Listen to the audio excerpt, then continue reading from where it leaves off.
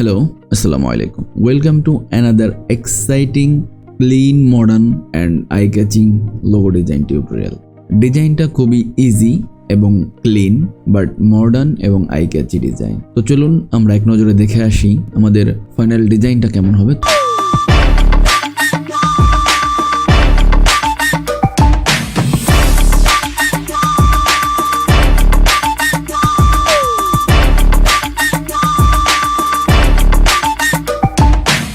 তো এইটা হচ্ছে আমাদের হ্যান্ড স্কেচ বলতে পারেন। এটা আমি ইলাস্ট্রেটরের যে ব্রাশ ছিল সেটা দিয়েই করছিলাম, খুব বাজে হ্যান্ড স্কেচ। তো হ্যান্ড স্কেচের দিকে আমরা ফোকাস না দিয়ে আমরা ডিজাইনে ফোকাস করি। সর্বপ্রথম আমরা টুলস থেকে আমরা রেক্ট্যাঙ্গেল টুলের উপরে লং প্রেস করে ইলিপস টুলটা এখানে নিব। তারপর একটা প্রপোর্শন অনুযায়ী শিফট অল্টার প্রেস করে একটা ইলিপস ড্র করব। তারপরে আমি পেন টুল থেকে অ্যাঙ্কর পয়েন্ট টুলটা নিয়ে আমাদের যে ইলিপস সেখানে উপরে কোনো কিছু কিবোর্ড থেকে প্রেস করব না, জাস্ট একটা ক্লিক করব। তো তারপরে কিবোর্ডের টপ অ্যারো দিয়ে আমরা এটাকে একটু উপরে উঠিয়ে নেব এবং ডাইরেক্ট সিলেকশন টুল দিয়ে রাইট সাইড এবং লেফট সাইডের যে অ্যাঙ্কর পয়েন্টটা আছে এটাকে আমাদের শেপ যেমন দেখতে ঠিক তেমন করে নেওয়ার চেষ্টা করব। তারপরে সিলেকশন টুল দিয়ে আমি আমার শেপটাকে নিয়ে গেলাম আমাদের ড্রয়িং এর উপরে নিয়ে বসে আমি এখানে কালারটা দিয়ে দিলাম। তারপরে আমি আবার ইলিপস টুল নিয়ে এখানে র্যান্ডমলি একটা ইলিপস ড্র করব, বাট প্রপোর্শন অনুযায়ী যাতে ইলিপসটা স্কোয়ার থাকে। এবং এই ইলিপসটার যে স্টকটা হবে এই স্টকটাকে আমি একটু বাড়িয়ে নিলাম। এই ইলিপসটাকে জন্য নিলাম আপনারা দেখলেই বুঝতে পারবেন। ইলিপসটাকে এই আমাদের হ্যান্ড স্কেচের সাথে অ্যালাইন করে নিলাম। এখন যে রোটেট টুলটা আছে, রোটেট টুলটা সিলেক্ট করে আমাদের মেইন যে অবজেক্ট যে ইলিপস আমরা যেটাকে আমাদের হ্যান্ড স্কেচের মতো করে নিয়েছিলাম সেইটাকে সিলেক্ট করে এবং এই ছোট ইলিপসটাকে সিলেক্ট করে রোটেট টুল দিয়ে আমি এখানে অল্টার প্রেস করে একটা ক্লিক করলাম। কিবোর্ড থেকে অল্টার প্রেস করে এই ইলিপসের মাঝখানে একটা ক্লিক করলাম।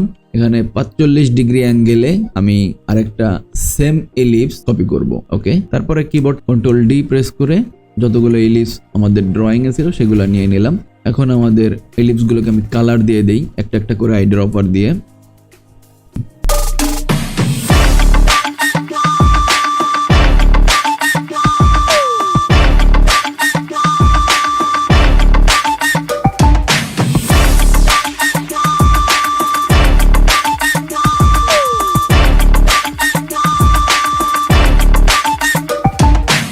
প্রত্যেকটার জন্য আমি কালার প্লেট সিলেক্ট করে রাখছি। আপনারা চাইলে এখান থেকে স্ক্রিনশট দিয়ে নিতে পারেন কালারগুলো যদি আপনাদের পছন্দ হয়। আমি কালারগুলো এমনভাবে সিলেক্ট করছি যেন কালারগুলো কোনো অডিয়েন্সের চোখে না লাগে। তো আমাদের ডিজাইনটাকে এক সাইডে রেখে আমি ড্রয়িংটাকে ডিলিট করে দিলাম আমাদের হ্যান্ড স্কেচটাকে।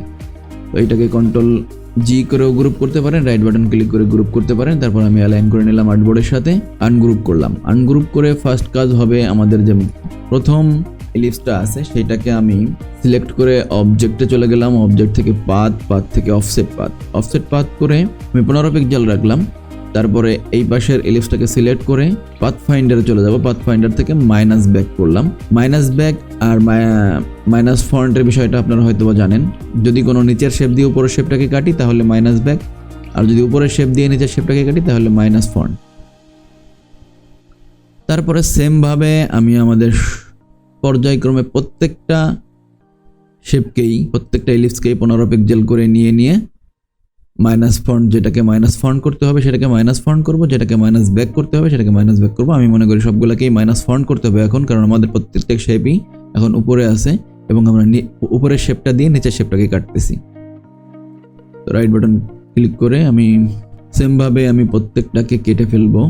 অফসেট পাথ করে দুইটা শেপকে সিলেক্ট করে মাইনাস ফন্ট করলেই আমাদের কিন্তু আমাদের যে ফাইনাল শেপটা সেটা কিন্তু আমরা পেয়ে যাব।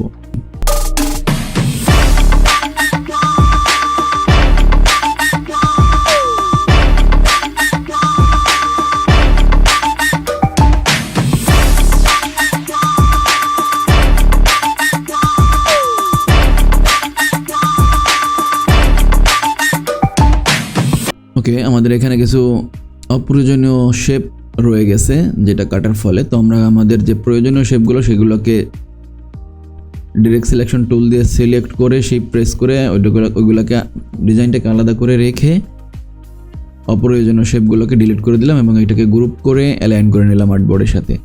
এখন আমরা এই ডিজাইনটাকে আরও আকর্ষণীয় করার জন্য একটা ব্যাকগ্রাউন্ড দিব। আমি রেক্ট্যাঙ্গেল নিলাম এবং রেক্ট্যাঙ্গেলটা আমাদের আর্টবোর্ডের সাইজ অনুযায়ী আমি লিখে দিচ্ছি এখানে। তারপরে আমরা রেক্ট্যাঙ্গেলের কালারটা আইড্রপার দিয়ে এই কালারটা দিয়ে দেবো এবং রাইট বাটন ক্লিক করে সেন্ড টু ব্যাক করে দিলাম রেক্ট্যাঙ্গেলটা এবং রেক্ট্যাঙ্গেলটা অ্যালাইন থেকে আর্টবোর্ডের সাথে অ্যালাইন করে দিলাম। ওকে, আমাদের ডিজাইন কমপ্লিট। তো আমি আশা করি এইরকম সিম্পল শেপ দিয়ে আপনারা সহজেই অনেক আই ক্যাচিং ডিজাইন করতে পারবেন।